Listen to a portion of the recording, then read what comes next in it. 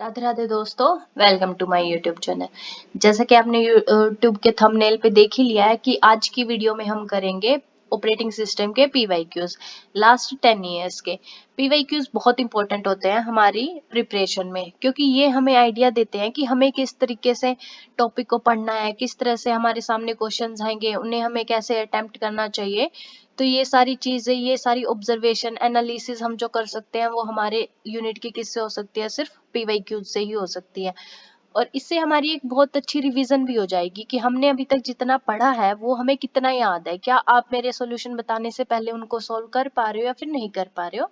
आप सभी अपने मार्क्स जरूर कैलकुलेट करना कि जितने भी क्वेश्चन मैं डिस्कस करूंगी इस वीडियो में, उनमें से कितने आपको आते थे, कितने सही है आपके और कितने गलत है। आपको किन टॉपिक्स पे और दोबारा से फोकस करने की जरूरत है। ऑपरेटिंग सिस्टम की प्लेलिस्ट में मोस्टली मैंने ट्राई किया है कि जो ज्यादातर टॉपिक्स हमारे यूजीसी नेट में पूछे गए हैं, बार बार रिपीट हुए हैं, उनको मैं कंप्लीट करवा दूं या मैंने करवा भी दिया। कुछ टॉपिक्स हैं ऐसे, जैसे मेमोरी मैनेजमेंट वाला टॉपिक है एक, सेगमेंटेशन एंड थ्रेशिंग और एक डेडलॉग। ये 4-5 टॉपिक ऐसे हैं जो मैंने इसमें कवर अप नहीं करवाए हैं अभी तक टॉपिक्स में प्लेलिस्ट के अंदर। तो उनको मैं चाहती हूँ कि हम प्रीवियस ईयर क्वेश्चंस के थ्रू ही सॉल्व करें, क्योंकि ये टॉपिक्स जो मैंने अपने टाइम पे फेसेस की थी, इन चीजों के अंदर मुझे जो प्रॉब्लम क्रिएट हुई थी इन टॉपिक्स को, कि मैंने इनको समझ लिया है, कंटेंट भी मेरा दिमाग में बैठ गया कि हाँ भाई मुझे ये टॉपिक मैंने पढ़ लिया, मेरे को याद हो गया। लेकिन मैं जैसे ही क्वेश्चन अटेम्प्ट करने के लिए बैठी थी तो मुझे उसका कंसेप्ट समझ ही नहीं आता था।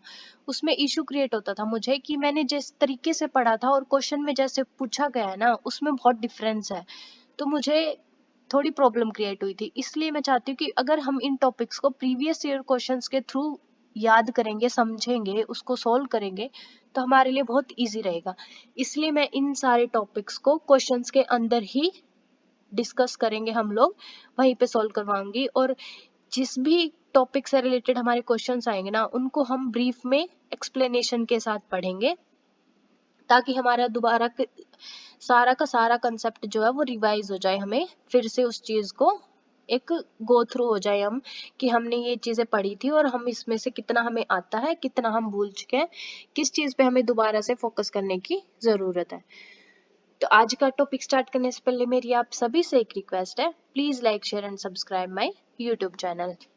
आपको UGC NET paper 1 and paper 2 से रिलेटेड सारा का सारा कंटेंट और बहुत ही एक्यूरेसी के साथ जो यूजीसी नेट में आपको देखने को भी मिलेगा, आपके लिए बहुत हेल्पफुल रहेगा।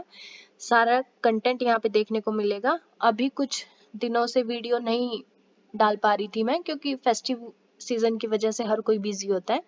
लेकिन अब मैं पूरी ट्राई करूंगी कि जो वीडियो है रोज पेपर 1 एंड पेपर 2 की अपलोड कर सकूं, ताकि हमारा सिलेबस टाइम से कंप्लीट हो चुके और हम एक बार रिवीजन कर लें। लास्ट में हम ओवरऑल मैराथन भी करेंगे हर एक यूनिट की और पेपर वाइज भी। तो आइए आज हम स्टार्ट करते हैं हमारा पहले क्वेश्चन से। सॉरी, यहाँ पे हमें मैच द फॉलोइंग गिवन है। तो इसमें हमें लिस्ट 1 एंड लिस्ट 2 दी गई है। मल्टी लेवल फीडबैक क्यू, ये हमने पढ़ा था। First come first serve, shortest process next and round robin scheduling.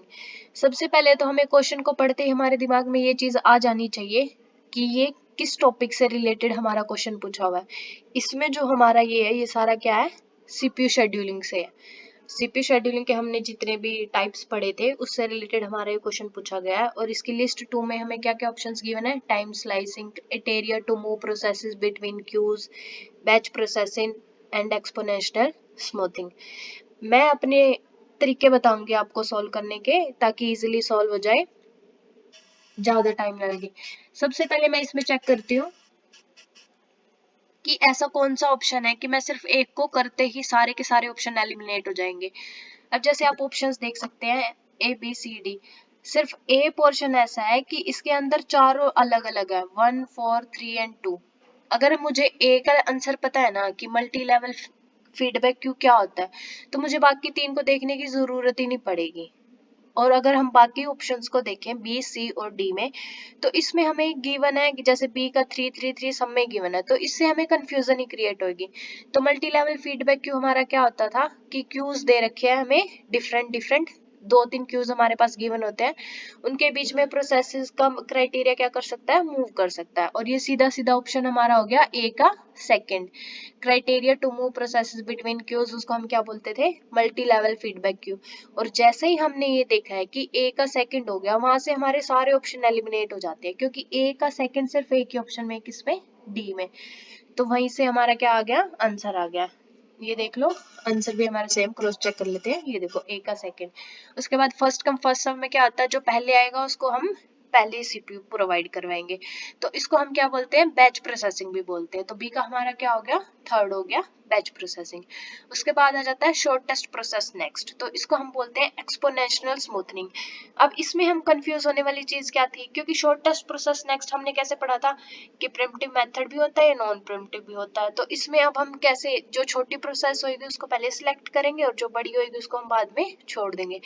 तो ये वर्ड हमने नहीं देखे थे कि एक्सपोनेंशियल स्मूथनिंग क्या होती है, इसके बारे में हमने सुना ही नहीं है, इसका नाम भी होता है नहीं होता है। तो इसलिए जिस चीज का हमें ये लगे ना कि हम एलिमिनेट करके इजीली उसको सॉल्व कर सकते हैं, तो हम सबसे पहले उसी ऑप्शन को उठाते हो। मैं तो ऐसे ही करती हूँ, आपको भी बहुत इजी लगेगा, आप करके देखना। एंड उसके बाद सबसे लास्ट में आ जाता है राउंड रॉबिन। तो क्या होता है, उस टाइम क्वांटम हमें गिवन होता है, तो इसमें क्या आ जाएगा हमारा टाइम स्लाइसिंग, डे का फर्स्ट आ जाएगा। तो ऐसे अगर हम क्वेश्चंस को रिलेट करके और एलिमिनेट करके करने की ट्राई करेंगे ना, बहुत जल्दी हमारा क्वेश्चन सॉल्व हो जाता है। कई बार तो एक ऑप्शन को देखते ही हम अपने आप आंसर ले आते हैं उसका, कि हाँ भाई इसका यही होगा, बाकियों में कंफ्यूज होने की जरूरत ही नहीं पड़ती हमें। तो उसके बाद हम आ जाते हैं हमारे नेक्स्ट क्वेश्चन पे। अब इसमें भी ऐसे ही है। अब इसमें हमें गिवन है spooling, multi programming, time sharing and distributed computing. ये हमारी होगी लिस्ट वन। उसके बाद लिस्ट सेकंड में हमें क्या गिवन है, allow several jobs in memory to improve CPU utilization, access to shared resources among geographically dispersed computers in a transparent way, overlapping input output and computations, allows many users to share a computer simultaneously by switching processor frequently।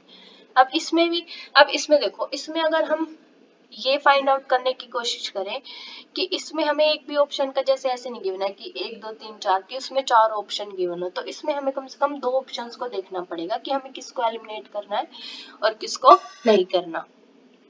तो spooling क्या होता है, spooling होता है कि input output की overlapping होती है ना कंप्यूटेशंस वगैरह की, वो हमारा स्पूलिंग में आता है कि हम थोड़े टाइम के लिए उसमें हमारा डाटा सेव कर लेते हैं, लाइक प्रिंटर हो गया, उसका काम खत्म होते ही हम उसको वापस से वो कर देते हैं, छोड़ देते हैं दूसरे काम के लिए, कि अब तुम अपना दूसरा काम खत्म करो, मेरा काम कंप्लीट हो गया। वो हमारा आता है स्पूलिंग का। तो इनपुट आउटपुट से रिलेटेड जब ओवरलैपिंग या कंप्यूटेशंस होती है, वो हमारा स्पूलिंग में आ जाता है। मल्टी प्रोग्रामिंग क्या होता था कि हमें बहुत सारे प्रोग्राम्स को एक साथ, बहुत सारे यूजर्स को सिमल्टेनियसली प्रोसेसर को स्विच करने की एक्सेस दे देते हैं, यूजर्स को अलाउ कर देते हैं। और टाइम शेयरिंग में कि हम इतनी फास्टली सीपीयू किसी भी प्रोसेस को एग्जीक्यूट करता है और इक्वल टाइम के साथ, कि हर एक जॉब को फिक्स टाइम के लिए सीपीयू मिलेगा, तो किसी के साथ पार्शियलिटी नहीं होनी चाहिए किसी भी प्रोसेस के साथ, तो वो हमारा जाता है टाइम शेयरिंग में। और डिस्ट्रीब्यूटेड कंप्यूटिंग में सबके साथ क्या होता है, इजीली सीक्वेंस में डिस्ट्रीब्यूट होता है। तो देखो ऐसे ही स्पूलिंग का हमारा क्या आ गया, थर्ड। एंड मल्टी प्रोग्रामिंग क्या था कि सारी की सारी जॉब्स को सीपीयू अलो करता है, जितने भी मल्टी प्रोग्रामिंग हमें करवानी है, allow several jobs in memory to improve CPU utilization। And time sharing हमारा क्या था कि सबको, हर एक प्रोसेस को हर एक फिक्स टाइम के लिए धीरे धीरे सीपीयू स्विच करता है, कि एक फिक्स टाइम होता है कि फर्स्ट प्रोसेस को इतनी देर के लिए मिलेगा, सेकंड प्रोसेस को इतने टाइम के लिए। तो time sharing equally distribution of time, या फिर allow many users to share a computer simultaneously by switching processes frequently. तो सी का हमारा आ गया फोर्थ आ गया, एंड डी का हमारा आ गया सेकंड की बचा हुआ है। जो वैसे डिस्ट्रीब्यूटेड में हमें क्या होता है कि हम शेयर्ड रिसोर्सेज यूज करते हैं एक कंप्यूटर को ट्रांसपेरेंट वे के अंदर, और उसके रिसोर्सेज को हम आपस में क्या करते रहते हैं, शेयर करते रहते हैं। तो वो हमारा आ जाता है डिस्ट्रीब्यूटेड कंप्यूटिंग में अंदर। उसके बाद आ जाता है हमारा नेक्स्ट क्वेश्चन। तो इसमें इसने बोला है, अब देखो मल्टी लेवल फीडबैक का हमने अभी मैच द फॉलोइंग में भी देखा था। अब फिर से हमारा क्वेश्चन आ गया 2015 के अंदर कि विच of the following statement is not true for multi level feedback queue processor. इसमें ये भी ध्यान रखना कि क्वेश्चंस में सबसे ज्यादा ट्रिकी होते हैं नॉट, एंड, इनकरेक्ट, करेक्ट। तो इन चीजों पे हमें थोड़ा ज्यादा फोकस करना है कि इस क्वेश्चन के अंदर मेंशन क्या है। अब जैसे कुछ बच्चे इसको जल्दी जल्दी में पढ़ लेते हैं कि हमें multi level feedback queue processor के शेड्यूलिंग एल्गोरिथम्स के पॉइंट बताने हैं। इसमें ये तो देखा ही नहीं कि नॉट ट्रू है या फिर ट्रू है, तो वो ये छोटी छोटी मिस्टेक्स की वजह से ही हमारी गलतियां होती है। तो इसमें नॉट ट्रू मतलब जो मल्टी लेवल का फीडबैक का क्या है पॉइंट नहीं है। तो क्यूज हैव डिफरेंट प्रायोरिटीज, तो क्या ये सही है या फिर गलत है। उसके बाद ईच क्यू में have different scheduling algorithm and processors are permanently assigned to a queue. This algorithm can be configured to match a specific system under design। तो इसमें हमने क्या पढ़ा था, इसमें अलग अलग क्यूज होते हैं और हर एक क्यू की अपनी एक प्रायोरिटी होती है कि वो सिस्टम से रिलेटेड सॉल्व करेगा, इंटीग्रेशन से रिलेटेड करेगा, उसकी प्रायोरिटी से रिलेटेड है तो इंटीग्रेशन है। ये सिर्फ हर एक क्यू की क्या होती है प्रायोरिटी फिक्स होती है। तो ये तो ट्रू है, तो इसलिए ये तो इसका ऑप्शन नहीं होगा। उसके बाद ईच क्यू में हैव डिफरेंट शेड्यूलिंग एल्गोरिथम, हाँ हो सकता है, जरूरी नहीं है, कोई भी first come first serve apply कर सकता है, शॉर्टेस्ट हो सकता है, राउंड रॉबिन हो सकता है। तो वो डिपेंड करता है कि क्यू पे वो कौन सा एग्जीक्यूट करवाना चाहता है। तो ये भी नहीं होगा हमारा ऑप्शन। बट ये वाला सी ऑप्शन जो है ना वो हमारा ट्रू नहीं है, क्योंकि processes are permanently assigned to a queue. किसी भी प्रोसेस को क्यू के अंदर परमानेंट असाइन नहीं किया जाता। मल्टी लेवल के अंदर प्रोसेसेस हमारी क्या करती है, मूव करती है वन प्लेस टू अनदर। अभी हमने मैच द फॉलोइंग में यही किया था, तो हम क्रॉस चेक कर लेते हैं। देखो ये रहा, processes are not permanently assigned to a queue, they can vary between queues as their priority changes। जैसे priority change हो जाती है वो क्या कर जाती है, एक क्यू से दूसरे क्यू में मूव कर जाती है। तो इसलिए नॉट ट्रू था, तो इसका ऑप्शन आ जाएगा सी। सॉरी। उसके बाद हमारा नेक्स्ट क्वेश्चन है, इस scheduling algorithm assign priority proportional to the waiting time of a process. Every process starts with priority 0, lowest priority. The scheduler re-evaluates the process priority for every t time units and decides next process to be scheduled. If the process have no input-output operations and all arrive at 0 time, then the scheduler implements criteria। तो अभी इसमें इतनी बड़ी चौड़ी statement देख के ना सब घबरा गए होंगे कि भाई ये क्या ही क्वेश्चन आ गया। तो इसमें कुछ भी नहीं है, इसमें इसने बोला है कि हमें एक शेड्यूलिंग एल्गोरिथम की गिवन है, उसमें हमें प्रायोरिटी दे रखी है पहले कि प्रायोरिटी को असाइन कर रखा है हर एक प्रोसेस का कि हर एक zero priority, lowest priority zero किया और उसने दोबारा से रीवैल्यूएट किया कि मतलब हर एक प्रोसेस को ना दोबारा से शेड्यूल किया है, बट किसके साथ, priority for every T time units. अब जैसे जैसे ही कहीं पे भी टाइम यूनिट्स, टाइम क्वांटम या टाइम स्लाइसिंग से रिलेटेड कुछ भी आ जाए ना, तो बिना सोचे समझे उसमें राउंड रॉबिन शेड्यूलिंग एल्गोरिथम लगा देना। ये देखो, क्योंकि राउंड रॉबिन शेड्यूलिंग एल्गोरिथम में हम क्या करते थे कि हम टाइम क्वांटम यूज करते हैं। टाइम स्लाइसिंग जो होती है ना वो सिर्फ एक ही शेड्यूलिंग एल्गोरिथम में होती है और वो किस में होती है, राउंड रॉबिन में होती है। बाकी चीज हमें देखने की जरूरत ही नहीं है कि पहले प्रायोरिटी था बाद में कौन सा हुआ है। तो इसको ऐसे कंफ्यूज मत हो ना। इन्होंने यहाँ पे खुद भी हाईलाइट कर रखा है, टी को कैपिटल में लिख के उसके बाद time units and decide next process to be schedule, कि उसकी टाइम यूनिट्स डिसाइड करेंगी। तो उसके लिए अगर फिक्स टाइम क्वांटम एक टाइम स्लाइस उसने गिवन ही है, उसने प्रोवाइड ही करवा दिया, दोबारा सोचने की जरूरत ही नहीं है कि यहाँ पे कौन सी प्रोसेस, कौन सा एल्गोरिथम यूज होगा कौन सा नहीं, क्योंकि जहाँ पे time quantum, time slice, time units आ जाए ना वो सीधा राउंड रॉबिन ही होगा। हमेशा आंख बंद करके लगा देना चाहिए। और प्लीज अगर कुछ बैकग्राउंड की नॉइस है तो आप इग्नोर करना गाइस। देखो यहाँ पे गिवन भी है, because here the quanta for round robin is T units, after a process is schedule it gets executed for T time units and waiting time becomes least and it again gets chance when every other process has completed T time units. तो जहाँ पे भी आपको दिखे कि time quantum, time slice, time unit से related कोई भी वर्ड है या उससे रिलेटेड कोई क्वेश्चन पुट किया गया है तो हमारा कौन सा एल्गोरिथम आ जाएगा, राउंड रोबिन एल्गोरिथम आ जाएगा। तो ये स्टार्टिंग में जब 2016, 17, 14 में ना कुछ यूनिक्स और लाइनक्स से रिलेटेड क्वेश्चंस भी आ जाते थे, अब भी आ जाते हैं। अब ये sleeping, stopped process, zombie process और ऑर्फन प्रोसेस ये बहुत इंपॉर्टेंट होते हैं। तो इनसे रिलेटेड हमें क्वेश्चंस गिवन है सारे के सारे। तो अब हम इनको देखते हैं कि a processes that have finished execution but have not yet had their status collected are known as. इसमें ये बोल रहा है कि ऐसी कौन सी प्रोसेस है कि वो अपना एग्जीक्यूशन तो फिनिश कर देती है लेकिन अपना स्टेटस कलेक्ट नहीं करती। मतलब अब भी वो कंप्लीट तो हो गया, उसने अपनी एग्जीक्यूशन तो खत्म कर लिया लेकिन वो अभी भी वहीं पे है। अब उसने जब तक अपने पेरेंट्स को या बताया नहीं, अपना स्टेटस कलेक्ट नहीं किया है, तो वो प्रोसेस कौन सी होती है? तो वो हो जाती है हमारी zombie process. A process that has finished the execution but still has entry in the process table to report to its parent process।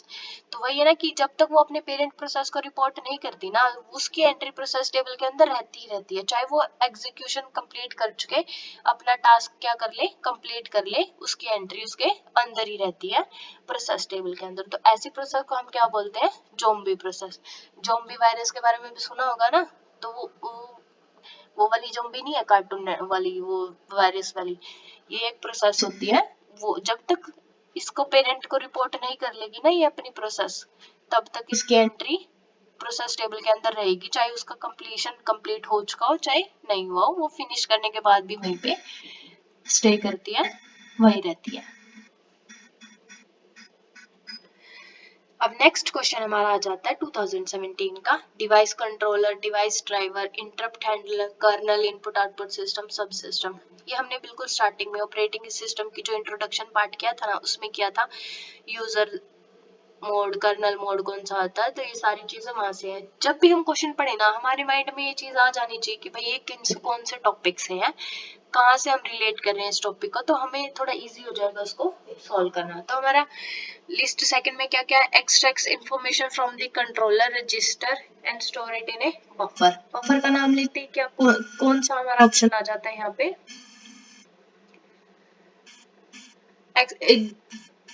इसमें डिवाइस ड्राइवर है, डिवाइस कंट्रोलर है, इंटरप्ट हैंडलर और कर्नल है।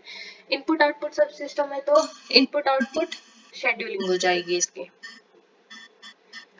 ये देखो, कर्नल हमारा क्या होता है? इनपुट आउटपुट सब। सिर्फ कर्नल मोड के बारे में पूछा होता ना, तब हम सिस्टम कॉल से रिलेटेड इसका जवाब देते हैं कि सिस्टम कॉल्स को इंटरप्ट हैंडलर से रिलेटेड कुछ चीजें आ जाती है, तो वो हमारा कर्नल के सिर्फ मोड के अंदर आता है। लेकिन जैसे इनपुट आउटपुट का सब सिस्टम है, तो वहीं से अगर इनपुट आउटपुट की शेड्यूलिंग आ जाएगी, तो डी को हम इनपुट आउटपुट से बाकियों को रिमूव कर सकते हैं। तो यहाँ से डी से क्या हो गया? सेकंड हो गया। लेकिन डी के सेकंड से ना दो ऑप्शन है, ठीक है। तो एक और हो सकता था कि डिवाइस कंट्रोलर। डिवाइस कंट्रोलर क्या होता है कि जो डाटा ट्रांसफर को परफॉर्म करता है, एक जगह से दूसरी जगह पे ट्रांसफर करता है डाटा को, उसकी एग्जीक्यूशन करवाता है। इंफॉर्मेशन फेच करने का काम कौन करता है? सॉरी, इंटरप्ट हैंडलर हमारी इंफॉर्मेशन को एक्सट्रैक्ट करता है, रजिस्टर करता है, स्टोर करता है, तो वो हमारा आ जाएगा सी का फर्स्ट। तो वैसे ए का थर्ड से भी हो गया था कि डिवाइस कंट्रोलर हमारे डाटा को ट्रांसफर करता है, परफॉर्म करता है, कंट्रोल करता है एक तरह से।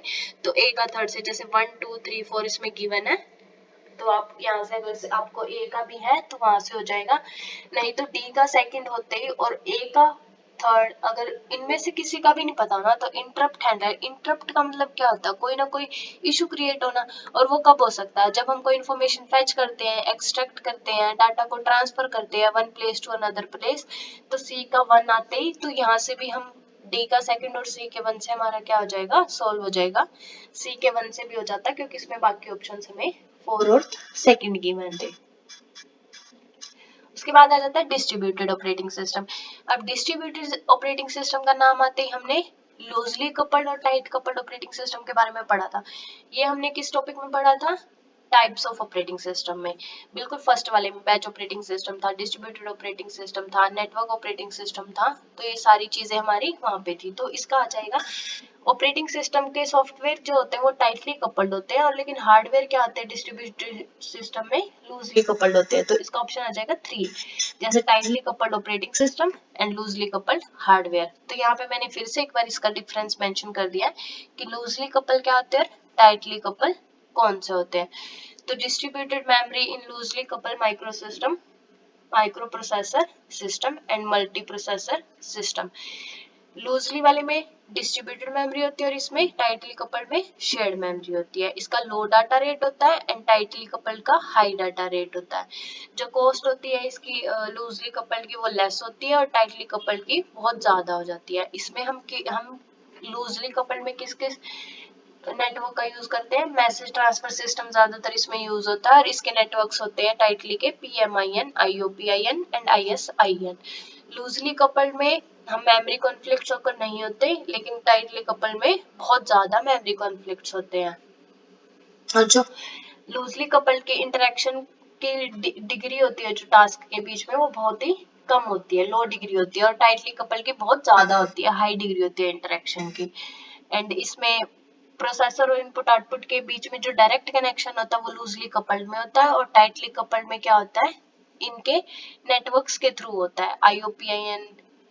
तो ये जो नेटवर्क्स इसके बीच में यूज होते हैं ना, वो एज ए इंटरमीडिएटर काम करते हैं प्रोसेसर और इनपुट आउटपुट डिवाइसेस के बीच में। एंड एप्लीकेशन जो यूज होती है वो क्या होती है, डिस्ट्रीब्यूटेड कंप्यूटिंग सिस्टम है लूजली कपल्ड के बीच में, और इसमें पैरेलल प्रोसेसिंग सिस्टम होती है टाइटली कपल्ड के अंदर। उसके बाद हमारा नेक्स्ट क्वेश्चन है, मोस्टली जो डिफरेंसेस होते हैं ना, उनका एक बार रिवाइज करने से ना हमें बहुत सारे क्वेश्चंस हम अटेम्प्ट कर सकते हैं वहां से। तो इसलिए लूजली कपल्ड और टाइटली कपल्ड, डिस्ट्रीब्यूटेड और पैरेलल प्रोसेसिंग सिस्टम्स, ये बहुत इंपॉर्टेंट है, इसमें से क्वेश्चंस देखने को मिल जाते हैं बहुत बार, तो इसको अच्छे से रिवाइज कर लेना। One of the disadvantages of user level threads compare to kernel level threads. अब ये फिर से हमारा क्या आ गया, user level and kernel level thread. तो इसमें हमारा क्या मेंशन है, if a user level thread of a process executes a system call, all threads in that processes are blocked। ये जो है ना, इसमें बोला है कि हमें डिसएडवांटेजेस बतानी है। तो इसकी डिसएडवांटेजेस मतलब जो उसका पार्ट नहीं है, उसकी सबसे बड़ी कमजोरी क्या है। एडवांटेजेस में तो आ जाएगा, शेड्यूलिंग इज एप्लीकेशन डिपेंडेंट। तो ये तो बिल्कुल सही है, क्योंकि एप्लीकेशन डिपेंडेंट होती है इसकी कर्नल के अंदर scheduling. And thread switching doesn't require kernel mode privileges. तो इसके लिए जरूरत नहीं है, क्योंकि थ्रेड किसके प्रोसेस विद इन प्रोसेस होता है, प्रोसेस के अंदर एक छोटी सी प्रोसेस को हम क्या बोलते हैं, थ्रेड होते हैं। तो कर्नल मोड में की प्रिविलेज का तो कोई जरूरत ही नहीं होती थ्रेड स्विचिंग के अंदर। एंड उसके बाद the library procedures invoked for thread management in user level threads are local procedures.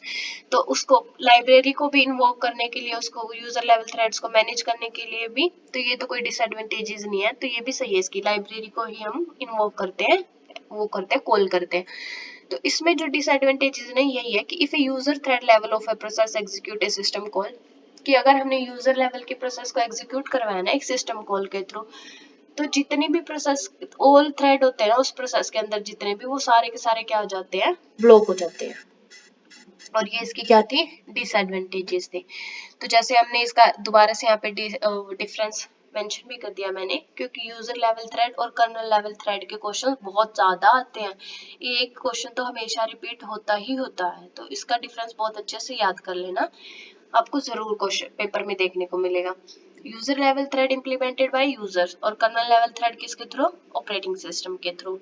इसमें ऑपरेटिंग सिस्टम जो है ना वो यूजर लेवल थ्रेड्स को रिकॉग्नाइज नहीं करता, लेकिन कर्नल थ्रेड्स क्या होता है, ऑपरेटिंग सिस्टम रिकॉग्नाइज करता है इसको। इनकी इम्प्लीमेंटेशन इजी होती है, इसलिए यूजर लेवल थ्रेड्स है। और कर्नल लेवल थ्रेड की जो इम्प्लीमेंटेशन है वो कॉम्प्लिकेटेड होती है। क्यों होती है, क्योंकि ऑपरेटिंग सिस्टम है, ये ऑपरेटिंग सिस्टम ही खुद इतना कॉम्प्लेक्स है, तो इनकी भी इम्प्लीमेंटेशन क्या होगी, कॉम्प्लिकेटेड ही होगी।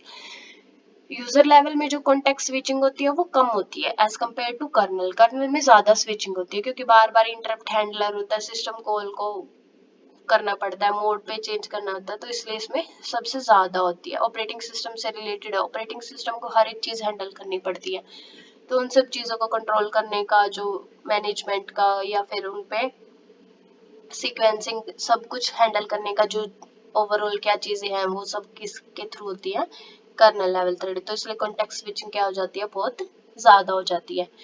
और इसमें जो यूजर लेवल में इसमें कोई हार्डवेयर सपोर्ट की जरूरत नहीं होती, लेकिन कर्नल में होती है, इसीलिए उसको सबसे ज्यादा कॉन्टेक्स्ट स्विचिंग करनी पड़ती है।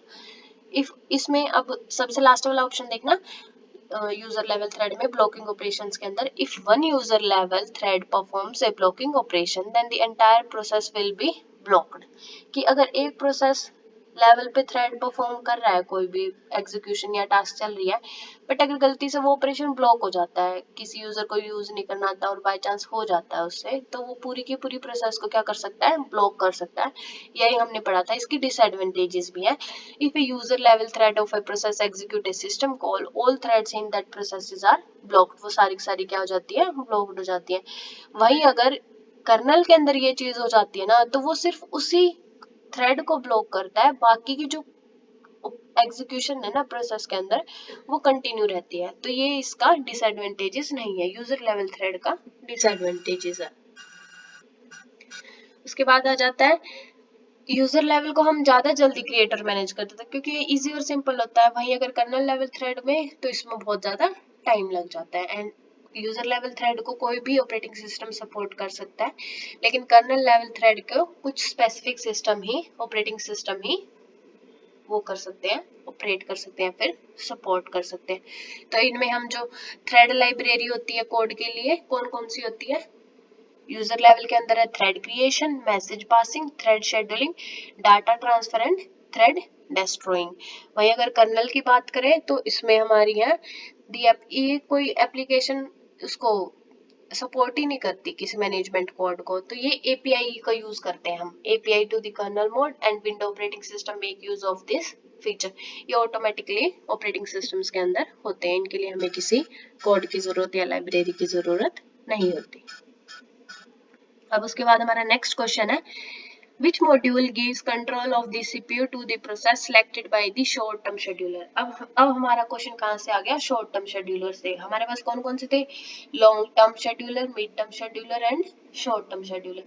तो शॉर्ट टर्म शेड्यूलर हमारे क्या करता था, प्रोसेसेस को सिलेक्ट कर लेता था सीपीयू के अंदर, बट इसको कंट्रोल करने का जो सारा का सारा मॉड्यूल को मैनेज करने का, कंट्रोल करने का, प्रोसेस को सिलेक्ट करने के बाद कौन हैंडल करता था, कौन सा मॉड्यूल था, वो था डिस्पैचर। डिस्पैचर सारे के सारे परफॉर्म करवाता था। तो इसमें यही है, it is dispatcher is the model that contains the CPU to process selected by the short term scheduler। उसके बाद हमारा नेक्स्ट क्वेश्चन है, अब इसमें हमें ट्रू और फॉल्स करना है।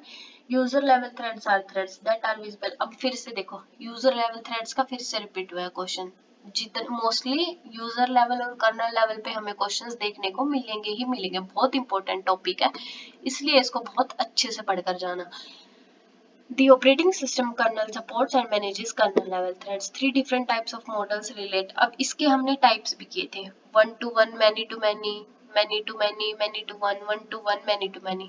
तो अब ये इसमें से हमें फाइंड आउट करना है कि कौन सा सही है और कौन सा गलत है।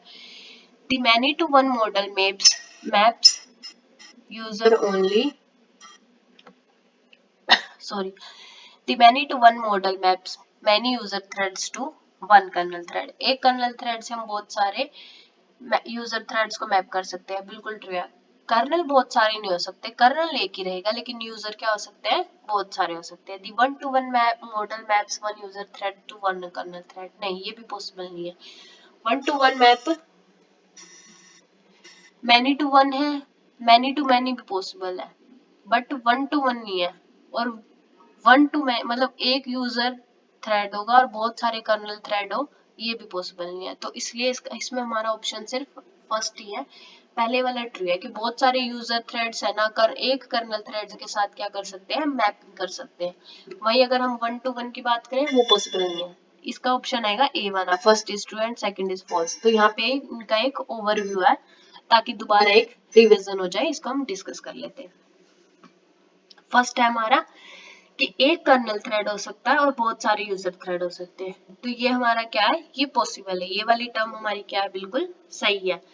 वही अगर उसकी बात करें हम 1 to 1 की, 1 to 1 मॉडल, तो ये पॉसिबल नहीं है। देखो, it create a separate kernel thread to handle each user thread.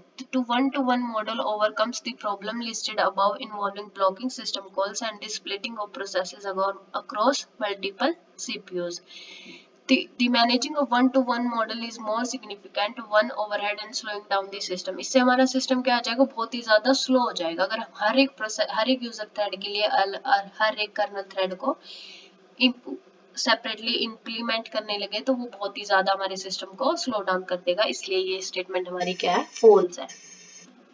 उसके बाद मैनी टू मैनी मॉडल, ये तो एग्जिस्ट ही नहीं करता, ये पॉसिबल नहीं है। Model multiplexes any number of user threads onto an equal or smaller number of kernel, combining the best features of the one-to-one and many-to-one models. User have no restrictions on the number of threads created. तो इसमें ना हम बहुत सारी चीजें out of control हो जाती है, कोई लिमिटेशंस नहीं रहती, कोई रेस्ट्रिक्शंस नहीं रहती यूजर के ऊपर। तो इसीलिए इंडिविजुअल प्रोसेसेस में be allowed variable numbers of kernel threads depending on the number of CPUs present and other factors. तो मैनी टू मैनी मॉडल भी पॉसिबल नहीं है। उसके बाद हमारा आ जाता है, अब फिर से देखो, in which of the following scheduling criteria context switching will never take place. इनमें से कंटेक्स्ट स्विचिंग किसके अंदर नहीं प्लेस करता? नॉन प्रिमिटिव के अंदर, क्योंकि हमने जो एक बार प्रोसेस स्टार्ट कर लिया हम उसको खत्म करने के बाद ही दूसरे प्रोसेस को उठाते हैं, तो इसके अंदर कंटेक्स्ट स्विचिंग हमारी कभी भी नहीं होगी। अगर बाय चांस यहाँ पे शेड्यूलिंग एल्गोरिथम्स गिवन होते लाइक राउंड रॉबिन है, प्रायोरिटी शेड्यूलिंग होगी, शॉर्टेस्ट जो फर्स्ट प्रिमिटिव या नॉन प्रिमिटिव, तो जो भी प्रोसेस नॉन प्रिमिटिव के अंदर आती है उसको हम पहले क्या करेंगे, पिक कर लेंगे, क्योंकि उनके अंदर कंटेक्स्ट स्विचिंग नहीं होती। जैसे first come first serve non primitive का मेथड है, तो उसके अंदर भी नहीं होती। नेक्स्ट वन हमारा आ गया, A process residing in main memory and ready and waiting for execution is kept on। तो यहाँ पे अब जैसे रेडी और वेटिंग का कंसेप्ट आया तो हमारे दिमाग में क्या आ जाना चाहिए, प्रोसेस की स्टेट्स बन जानी चाहिए। पूरा डायग्राम जो हमने किया था, सबसे पहले रनिंग था, फिर रेडी था, फिर waiting, then termination block, suspended block. तो ये सारी चीजें एक पूरा डायग्राम हमारे माइंड में क्रिएट हो जाना चाहिए कि क्वेश्चन हमारा उससे रिलेटेड है। तो अब इन्होंने बोला कि अगर कोई प्रोसेस मेन मेमोरी में है and ready sorry in main memory and ready and waiting for execution is kept on, और वो वेट करिए एग्जीक्यूशन के लिए, रेडी स्टेट में है, तो हम उसको कहाँ पे रखेंगे, किस में जाएगी वो वेटिंग के बाद, रेडी क्यू में। अगर हमने कोई प्रोसेस मेन मेमोरी के अंदर दोबारा से डाल दिया है, वेटिंग प्रोसेस के अंदर है, तो रनिंग स्टेट में जाने से पहले हमें हर प्रोसेस को कहाँ लेके आना पड़ता है, रेडी क्यू में लेके आना पड़ता है। उसके बाद ही हम उसकी एग्जीक्यूशन स्टार्ट करते हैं, तो इसीलिए वो कहाँ जाएगी, रेडी क्यू में जाएगी। Dash system call creates new processes इन यूनिक्स। यूनिक्स के अंदर जब भी हम सिस्टम नई प्रोसेसेस को क्रिएट करने का कंसेप्ट आएगा ना, जहाँ पे भी, वहां पे हमेशा क्या यूज होएगा, फोक। फोक हमारी एक कमांड होती है जिससे हम नई प्रोसेसेस क्रिएट करते हैं। In Unix like operating system, the fork system call is used for creating a new process where a process is a copy of itself, which is called the child process। इसका एक formula भी होता है कि हमें कई बार programming में questions देके उसके ये पूछ लेते कि कितने टाइम्स प्रिंट होएगा अगर हम फॉर कॉल का कमांड का इसका यूज करते हैं, तो वो हम आगे सॉल्व करेंगे क्वेश्चंस के थ्रू ही। तो ये याद रखना, नई प्रोसेस को क्रिएट करने का काम किसका होता है, फॉर्क कॉल का होता है। Which of the following CPU scheduling algorithms are supported by Linux operating system? तो इनमें से कौन कौन सा इसमें आएगा, pre-emptive priority scheduling and time sharing CPU scheduling. Linux के द्वारा हमारे सारे के सारे प्रीएम्प्टिव प्रायोरिटी मतलब कॉन्टेक्स्ट स्विचिंग वाले ही ज्यादातर यूज किए जाते हैं। टाइम शेयरिंग मतलब टाइम शेयरिंग भी प्रायोरिटी के अंदर ही आ जाता है, सीपीयू शेड्यूलिंग, राउंड रॉबिन, तो वो यूज होता है। सॉरी। उसके बाद है कि अब फिर से हमारा प्रोसेस स्टेट पे क्वेश्चन आ गया। Next, identify the circumstances under which pre-emptive CPU scheduling is used. एक अब इसने बोला कि प्रिमिटिव से मतलब कॉन्टेक्स्ट स्विचिंग चल रही है जिसके अंदर, नॉन प्रिमिटिव वाला नहीं है, यहाँ पे प्रिमिटिव है। तो इसमें प्रिमिटिव से हमारा क्या होता है, रनिंग से रेडी में और रेडी वेटिंग से फिर से रेडी में हमारी प्रोसेसेस क्या करती हैं, चेंज होती हैं। A process switches from running state to ready state and waiting state to running state। Running से तो रेडी में जाती है, इसमें तो कोई दिक्कत ही नहीं है, लेकिन वेटिंग से भी रेडी स्टेट में जाती है। जैसे राउंड रॉबिन का वो होता है हमारा, उसमें हम दो गैंट चार्ट बनाते हैं, एक हमारा रेडी क्यू के लिए और एक वेटिंग वाले के लिए, तो ताकि उसको हम इंटरचेंज करते रहते हैं। तो ये इसमें दो जो ऑप्शंस करेक्ट है ना, वो कौन कौन सा है, A and B. A process which is from running to ready, ये तो नॉन प्रिमिटिव में भी होता है, प्रिमिटिव में भी होता है। तो मैं जो ये अगर यहाँ पे नॉन प्रिमिटिव लिखा आ जाएगा ना, तो उसके अंदर बी ऑप्शन नहीं आएगा, क्योंकि वेटिंग से रेडी स्टेट के अंदर से प्रिमिटिव एल्गोरिथम्स के अंदर ही, प्रिमिटिव शेड्यूलिंग एल्गोरिथम के अंदर ही आता है। When a process switches from running state to ready state or from the waiting state to ready state, तो इसलिए इसका ऑप्शन क्या आ जाएगा, ए एंड बी ओनली। उसके बाद है which of the following methods are used to pass any number of parameters to the operating system through system calls। तो इसमें क्या आ जाएगा, ब्लॉक और table in block in main memory and stack. तो इसमें हम तीन मेथड यूज करते हैं मोस्टली। सिंपलेस्ट, सबसे पहले पैरामीटर को पास करते हैं रजिस्टर्स के थ्रू, and in some cases may be more parameters than registers. Parameter stocked in a block, table or memory, and address of the block passed in a parameter or a registers. So parameter placed or pushed into the stack by the program and popped up the man of the stack by the operating system। तो इसमें stack की जो processing है ना वो उसमें explain की गई है, तो इसलिए block in main memory and stack इसका ऑप्शन हो जाएगा। इसमें इसने क्या बोला है कि हम पैरामीटर को पास करने के लिए ऑपरेटिंग सिस्टम में सिस्टम कॉल्स के थ्रू किस मेथड का यूज करते हैं, तो मेन मेमोरी का और स्टैक का यूज करते हैं। ये देखो अभी हमने फोर्क का किया था, तो फोर्क के ऊपर अब हमें एक गिवन दे रखी है कुछ कोडिंग, और उसके बाद पूछा गया है कि इसमें कितने टाइम्स प्रिंट होएगा फोर्क को अगर हम क्या करते हैं, पोल करते हैं। तो फर्स्ट प्रोसेस में देखो स्टेटमेंट 1 P1 डिस्प्ले हैप्पी कितने बार लिखा जाएगा, 8 टाइम्स। तो वो इसका मैं यहाँ पे देखने को मिल जाएगी, ये रहा फॉर्मूला गिवन है। तो इसमें इसने पहले में तो बोला है कि 8 टाइम्स प्रिंट होगा, तो 1 2 3, ये तो 3 है, तो 2 की पावर कितनी हो जाएगी, 3 -2 क्यों किया है, क्योंकि अगर एक फोक है तो उसका फर्स्ट पेरेंट है और लास्ट वाला भी क्या रहेगा, पेरेंट। उनको छोड़ के हमें सिर्फ चाइल्ड को क्या करना है, कैलकुलेट करना है। तो इसमें से अगर हमने 2 को माइनस किया, हमारे पास कितनी चाइल्ड प्रोसेस रहेगी, 7। तो उसके बाद इसका ये फॉर्मूला है 2 रेज टू पावर m, जितने टाइम्स वहां पे फोक पोल को हम क्रिएट करेंगे वो आ जाएगी, एंड माइनस में 2, उसके बाद फिर प्लस कर देंगे 1, क्योंकि जो रूट नोट है हमारी सबसे पहले वाला है जो वो पेरेंट है, उसको हमें क्या करना है, ऐड ऑन करना है। तो कितनी बार आ गया, 8 टाइम्स। तो हमारी स्टेटमेंट 1 क्या थी, करेक्ट थी। बट सेकंड वाली स्टेटमेंट में उन्होंने बोला है, जैसे ये क्वेश्चन है यहाँ पे देखो कि एक बार फोक कॉल किया फिर प्रिंट कर दिया, फिर फोक फिर प्रिंट फिर फोक फिर प्रिंट, यहाँ पे एक साथ था, तो इसलिए हमने सीधा फॉर्मूला लगा दिया उसका। अब यहाँ पे हम कैसे कैलकुलेट करेंगे, पहले हमने फर्स्ट वाला फोक कॉल किया तो कितनी प्रोसेस क्रिएट होगी हमारी, 2 होगी, तो 2 टाइम्स क्रिएट होगी।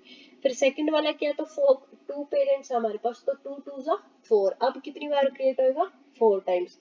फिर हमने थर्ड बार, मतलब इसने प्रिंट कर करके पहली बार प्रिंट हुआ तो 2 बार हो चुका है, तो 2 के बाद अब दोबारा से हम करेंगे तो 2 को 2 से मल्टीप्लाई करेंगे तो हमारा कितना टाइम हो गया, 4 टाइम हो गया।